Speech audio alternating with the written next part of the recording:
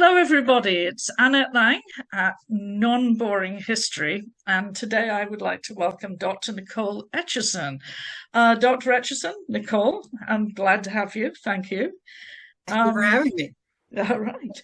And she is the, let me get this right, Alexander M. Bracken Distinguished Professor of History at Ball State University in Indiana. And there she teaches 19th century history. She earned degrees from Grinnell College and her PhD from the University of Indiana. And in 2018, Dr. Etcheson received the Frederick Jackson Turner Award. If you read Non-Boring History, you might remember I told you guys who he is, but if not, look it up. The Frederick Jackson Turner Award for lifetime contributions in Midwestern history from the Midwestern History Association. Dr. Etcheson is author of A Generation at War, the Civil War Era in a Northern Community, which won several awards, including the Avery O. Craven Award from the Organization of American Historians for most original book on non-military aspects of the Civil War era.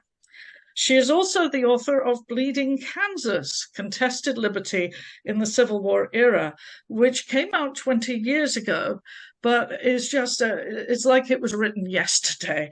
And that was the subject, this book, Bleeding Kansas, of my two-part interpretation for non-boring history, which I titled Democracy in Deep Doo-Doo.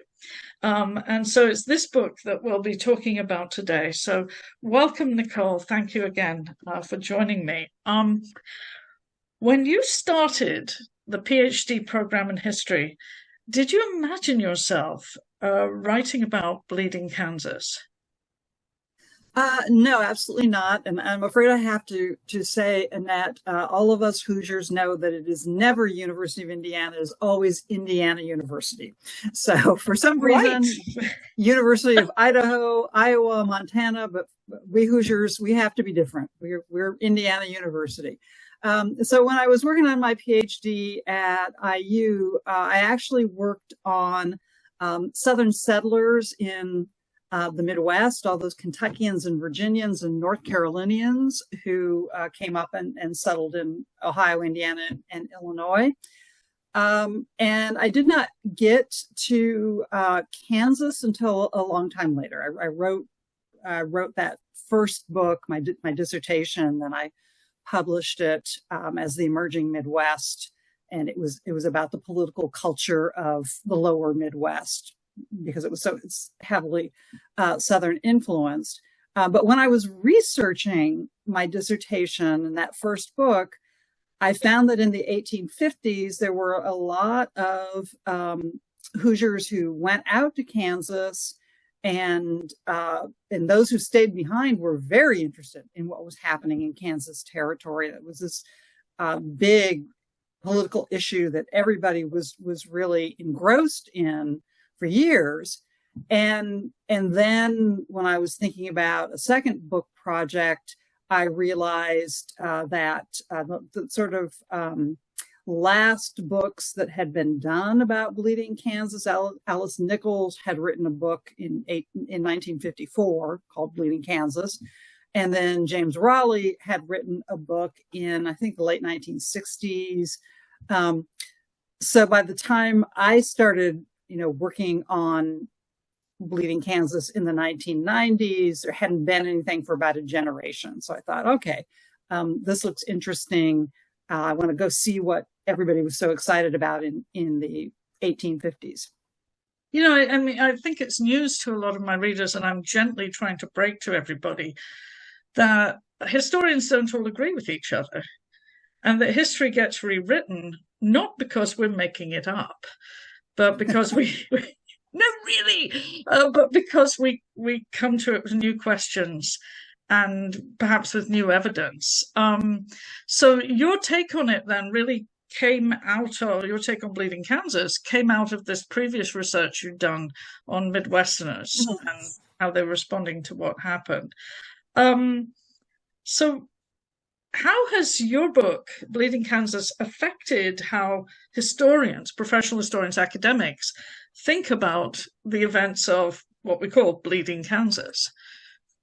Well, I think the Alice Nichols book from the 1950s had really not taken the territorial Kansans, I would say, very seriously. And you can see how that would happen because there are a lot of very eccentric people out there running around Kansas territory. And of course, we all know John Brown, he's the famous one. But Jim Lane, who was from Indiana and settled out in Kansas, and he was a very weird person. There's all this stuff, and it's very dramatic and overblown. And I sort of felt like some of the earlier works had not taken these people seriously. It was easy to sort of dismiss them. These guys are weirdos. You know, we can't really put a lot of faith in what they say or take them seriously as historical actors. And then there were old interpretations. Paul Gates had argued that what really got them fighting each other was squabbles over land, and he's not wrong. There were indeed squabbles over land. But when I started, and I think what a lot of historians do, what I do, is you read the background literature, you read the interpretations, what have other people said about this, and then you go into the primary sources, and it's like, so what do I see here? And I did see a lot of very eccentric people, and I did see a lot of squabbles about land, and I did see, and this was Jim Raleigh's contribution, a lot of talk about enslavement. But what I also saw was you had a lot of whites who didn't care about slavery. They were racist. They wanted land. They didn't want to have to deal with the slavery issue. But when they came out to Kansas under this idea that the voters were going to decide whether or not there should be slavery, the Midwesterners in particular, but a lot of the New Englanders found out there wasn't a fair vote. The Missourians were stacking the election. There was a lot of voter fraud. And we can talk about the nature of that fraud and what it meant in the 1800s. But essentially, you get a lot of white people who become radicalized in the mid 1850s on the subject of slavery. And so I'll just quote Jim Lane, who was as racist as they come, and then becomes a radical Republican and a champion of African-American rights. And he's one of the very first, if not the first, to recruit Black soldiers in the Civil War armies. And Jim Lane will say in the 1860s, it was in Kansas that we found out that the slave power is a threat to whites. And that's something I don't think that I made enough of in my interpretation of your work, was that impact that really readied people to think about the Civil War, not just as a matter of states' rights versus the Union, but a matter of, very, very serious moral issue, which was slavery. And it's interesting you brought up Jim Lane because, what I saw was, here's someone who's a very pragmatic politician. And I also saw with the New Englanders, I think a lot of us expect all the New Englanders to be these very noble abolitionists. But you showed that even the New Englanders were actually very complicated in the 1850s. In their response to what was happening around them. Did that surprise you? No, I don't think so. I think because I think that goes back to what David Hackett Fisher used to talk about, historians' fallacies, that we tend to think there's one cause. We want to simplify, it's one thing. And so we tend to forget that people don't have one motivating factor. So if you were looking for noble abolitionism in Bleeding Kansas, you would find it in Lawrence, in the New England settlement. You would find it among the New Englanders. But even the New Englanders in the 1850s, they're looking for land. They're looking for a better life. There was one New England settler out in Manhattan, Kansas, who could not get his wife to come with him. She stayed back in Massachusetts. And so he writes his letters to her are about, I came here to make a better living for you. And she just doesn't want to go out on the uncivilized frontier where there are all these hardships. So no, it's not surprising to me that people have these layers. They were anti-slavery and they were willing to embrace that cause, but they also had other concerns. People, even abolitionists, have to make a living. Yeah, because I think mostly what came across was this idea that people were against slavery, but they didn't give a damn about African Americans or the enslaved people. And so you said that Lane eventually becomes very much a serious advocate against slavery itself. But I missed this. Did he really care about what happened to enslaved people? It's always hard to know with Jim Lane. You said he was pragmatic, which is a nice way to put it. People at the time thought he was, opportunistic. They thought he was, everything we think about politicians today, that they don't really believe in anything they say, that they just go with whatever is going to work with the people. And it's really hard to know how sincere Lane's conversion was. But I think it is, getting away from the particular person of Jim Lane, it is the case that, yes, you've got lots of people from Illinois and Indiana and Iowa who have come for the land, because those Midwestern states, by the 1850s, they're starting to fill up. The last government land is basically being handed out in the 1850s. So it's time to move on to the frontier. And they are, I always say, anti-slavery because they don't like slavery, but they don't necessarily embrace Black rights. And they don't like slavery because they feel like whites who are enslavers have greater economic power. They're wealthier, and they use that power against the yeoman, non-slave owning farmers in Kentucky and Tennessee and so forth. And whites in the Midwest don't want to compete with these white enslavers, and they don't want to compete with African Americans either. Right. And all these states, in Kansas will, the Free State movement in Kansas will pass anti-Black laws, including prohibiting African Americans from migrating into Kansas. Ohio had those laws, Indiana had them, Illinois had them. They were very common in the Midwest. But I guess they see that the slave power is really a threat to everybody, that the sheer existence of slavery is the biggest problem. Fair? Yes. So what happens is when you have Kansas open to settlement on this political premise that there's no prohibition of slavery, but the settlers will get to decide whether they want to have it. And so people come. And the Missourians come over the river too. And we get these fraudulent votes. At the first big election of the territorial legislature in March of 1855, there are the vote totals are 3 times the actual number of voters in the territory. And clearly there was fraud.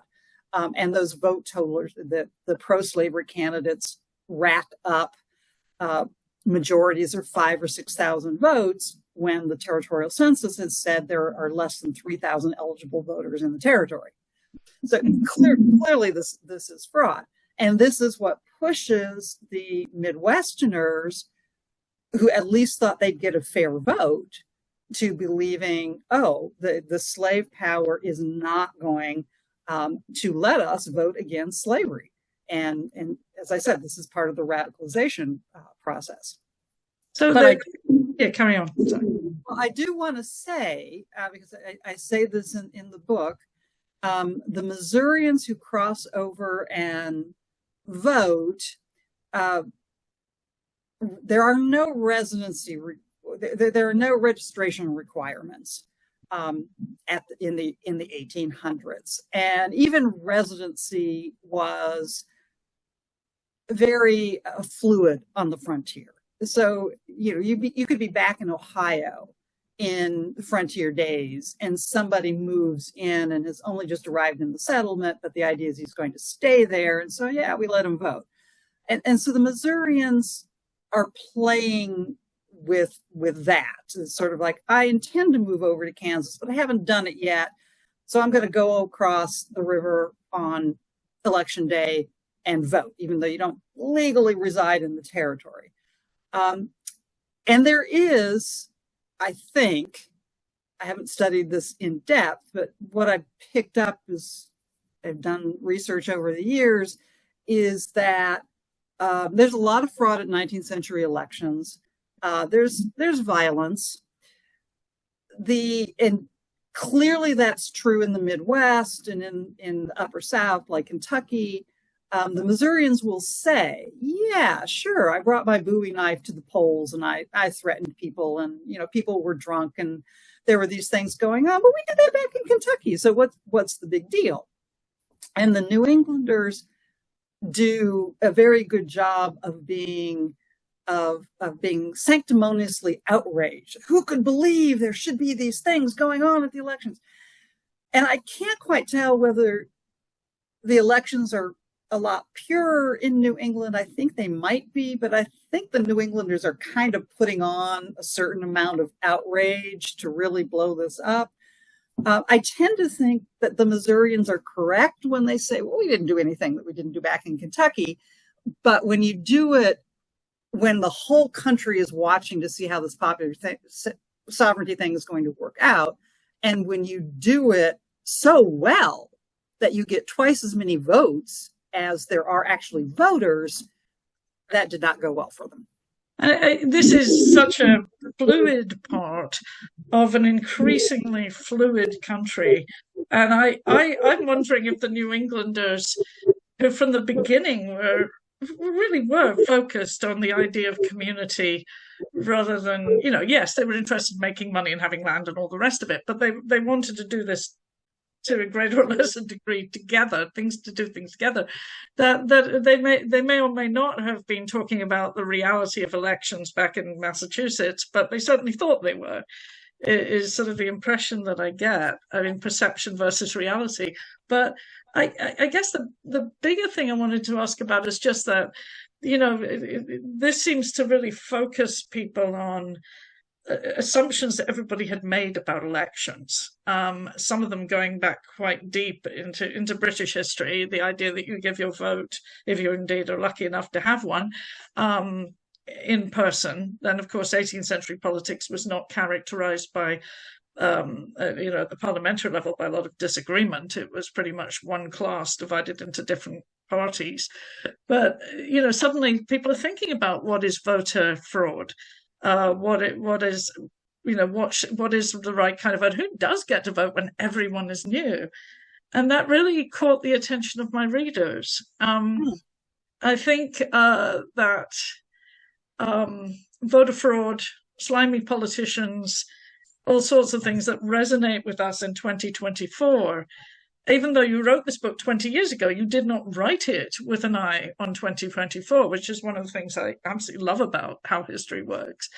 But they were wanting to use your book as a template for understanding where we are in 2024. What do you think of that? Well, I grew up in the era where we didn't have really close elections, particularly, the presidential elections that everybody knows, or even growing up in Indiana, state elections, Republicans controlled Indiana. That was pretty much knew who was going to win the governorship or senators. so forth. And in the presidential level, you had the Reagan landslides. So it wasn't until about 2000, when I was, in fact, working on the book, that I think our sense that elections are pretty clear cut. You go, you vote, and the result is the result. And there isn't a whole lot of dispute about the result. And with 2000, we kind of entered the era that we have been in, of these very, very thin elections, particularly at the presidential race.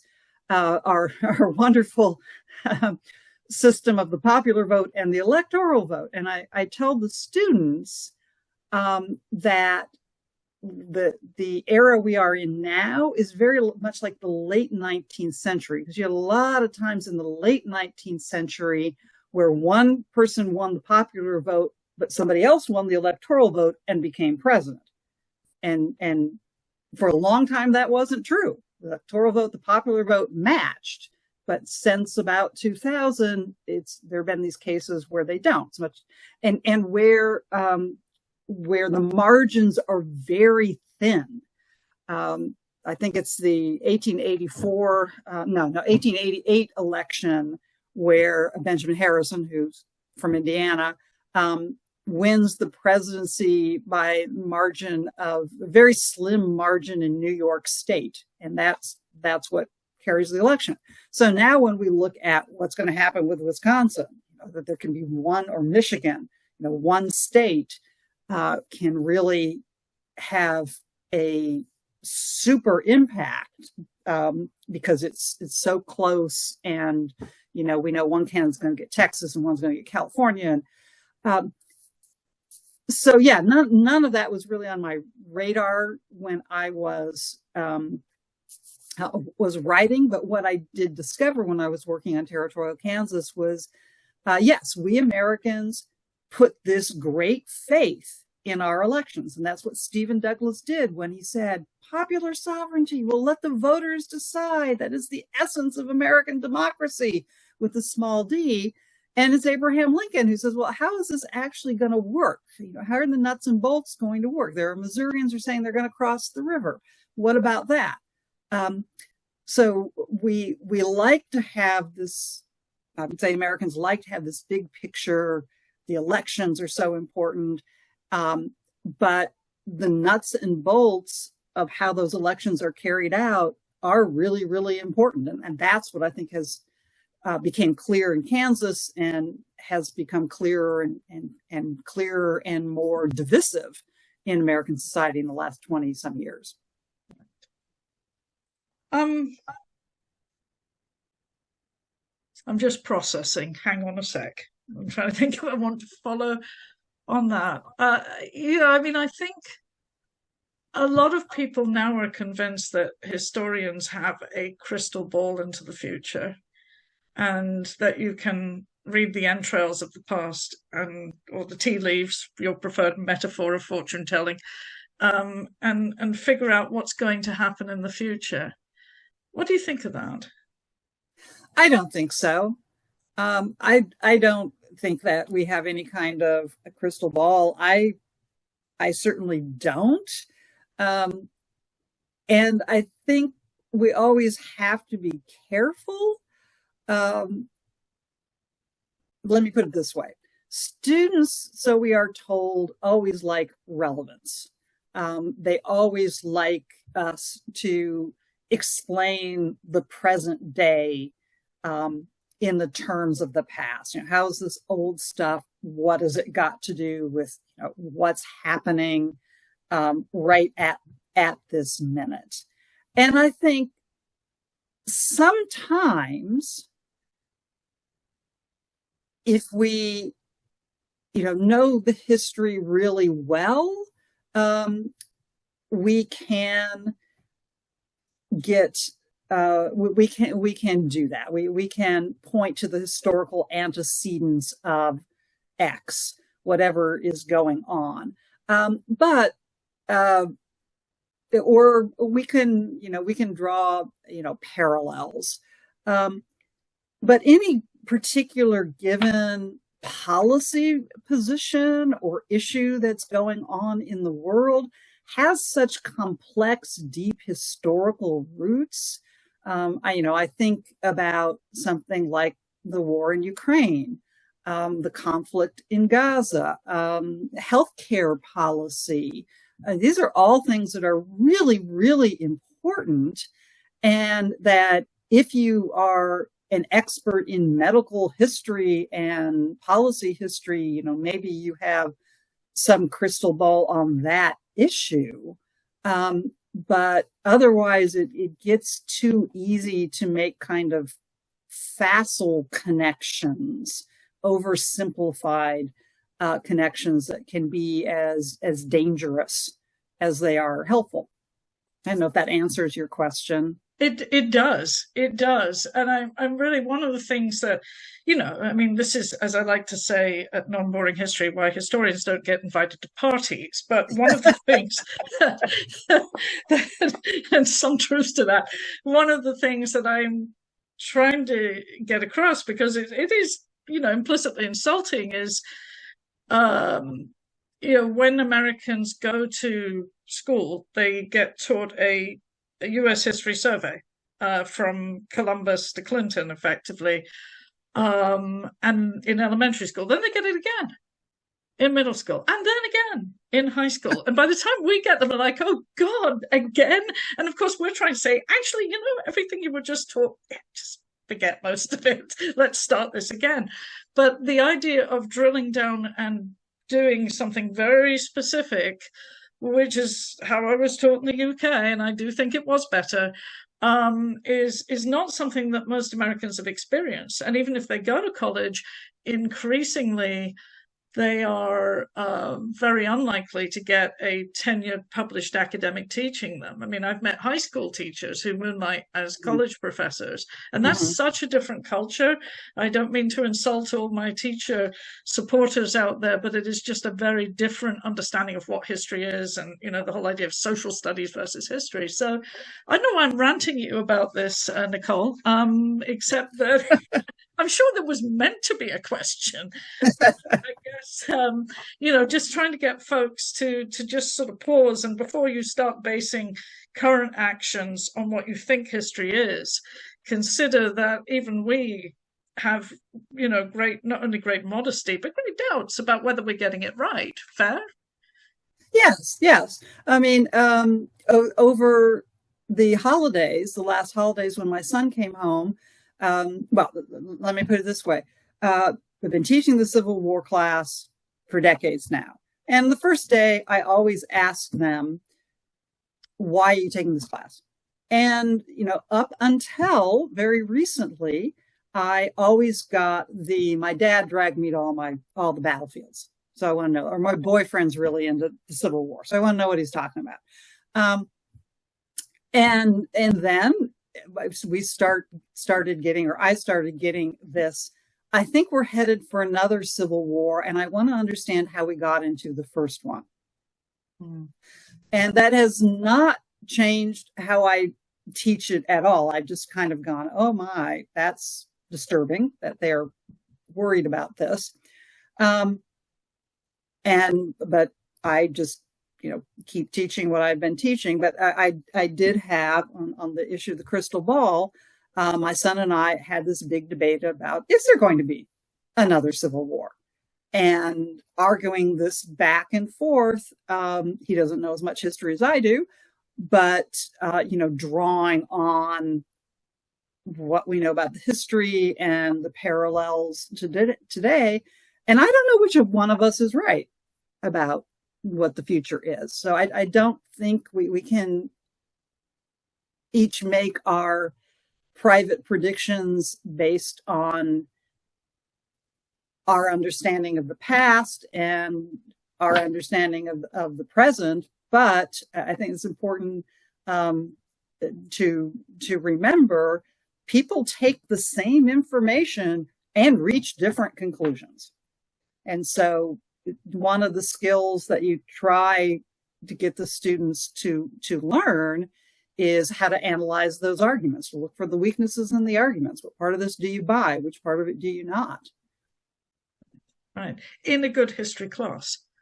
And I think what I'm hearing from my readers is they didn't really get that. They got lots of memorizing and whatnot.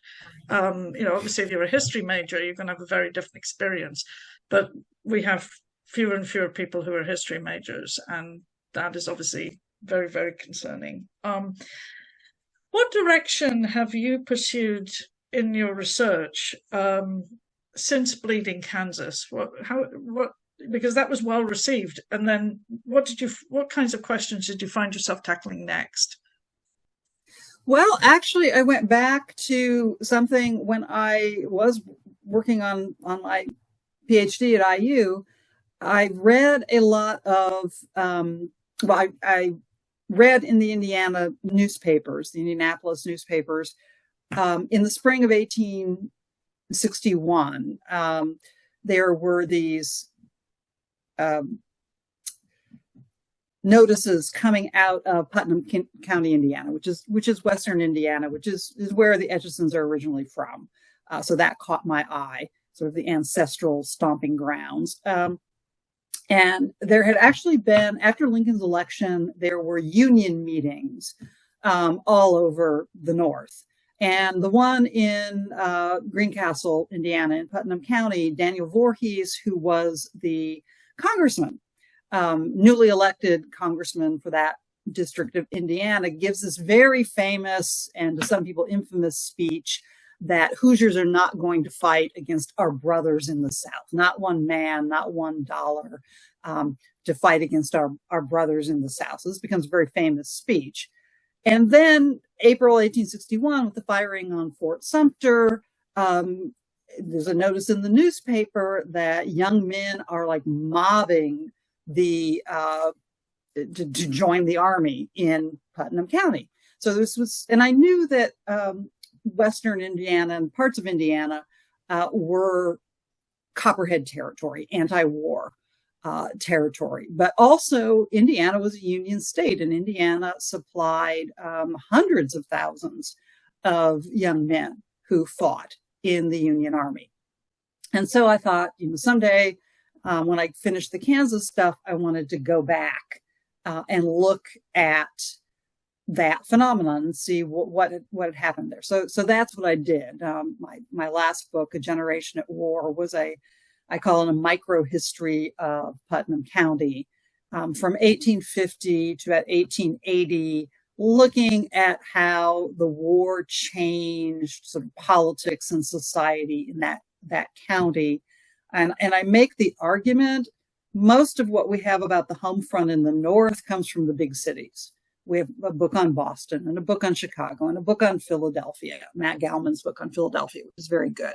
We have books on New York City, which is because that's easy. You go to New York City and you go to the archives and there's all this information. But those cities are not, I would argue, particularly representative of the North. So I thought if we looked at a rural community in a place like Indiana, that give a much better idea of how the war changes the average Northern community. Okay. I think there's a number of things I'm struck by your description of your work. One is, in the end, there's always a personal element to what historians do, even if it's not obvious to everybody else. That's just an aside. But something else is just how quickly things can change. So that when we are thinking about, either great things or terrible things happening in the future, sometimes we're taken aback when events take a completely different turn. So one last question, very serious one. Oh dear. Coke or Pepsi? Oh, Coke, Diet Coke. But you guys, is Indiana tend to be a Pepsi place or a Coke place? I don't know. They farm out the universities have contracts with one vendor, so Ball State is a Pepsi location. Oh wow. Okay. But yeah, I mean, I can drink it, but I drink mostly Diet Coke. Right. There you have it. Well, thank you very much. Oh, thank you for tolerating the silly question and for giving No such problem. Well, thank you for wonderful. I always having like me. to throw people off, but don't worry. I asked Peter Mankel at University of Southern California, where best hamburger in LA, and he voted for In-N-Out, which will probably get angry letters from fans of independent food places. But in any case, I do not speak for the state of Indiana on the Coke or oh, Pepsi issue, or just indeed for the myself. university, or all the other Right, disclaimers that one has to right. do these days. But Nicole Etcheson, it was a pleasure to chat with you, and so interesting. And I will hopefully, how many historians there are and how many subjects we cover. It's just massive. It's much more than people realize. But I hope to cycle back to you to talk about more of your work in future. That would be fabulous. Well, And thank you. And thank you for all your kind words about the Bleeding Kansas book. oh, they weren't kind. I did enjoy it. If I didn't, believe me, you would notice. So thank you very much.